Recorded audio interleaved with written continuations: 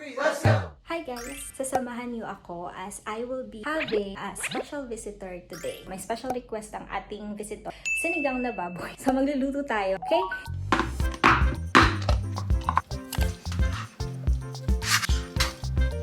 Binabad ko na muna yung pork kasi ang tita. Tayin natin na matuwa siya. By the way, yung sinigang ko is hindi siya yung completos ricados. First time niya din matitikman yung luto ko ever.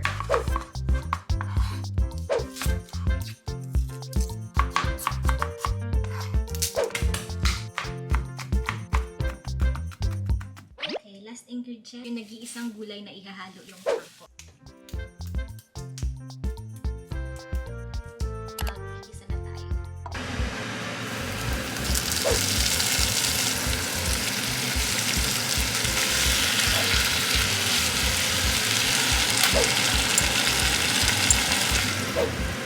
A few moments later.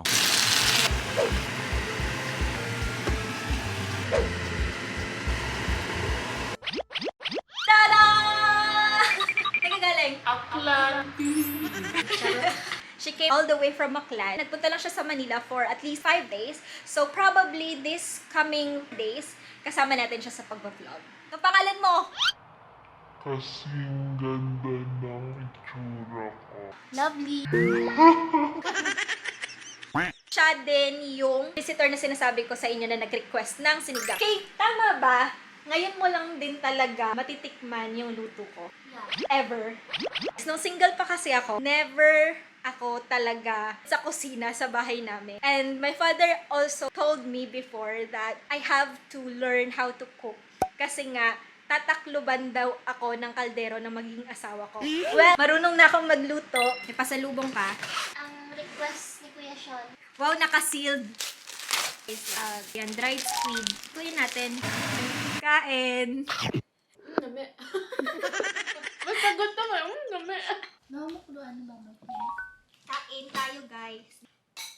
Medyo may gabi do ano kasi ano binubo. Naglapot? Naglapot. Kami do baboy. Kain na. Katumba naman. Oo, para mahalang. Nami. Pwede yun. May asawa kami. Sabi ko sa'yo na nga eh. Okay lang na. Piling lang madaming sinigang. Charot! Ito talaga guys, yung pinaka-okay. Kapag kumakain, yung may kasama. Lalo yung sinigang, nilaga, ganyan. Filipino food talaga. May bisita dapat ako, hindi si Sean yung kasama ko.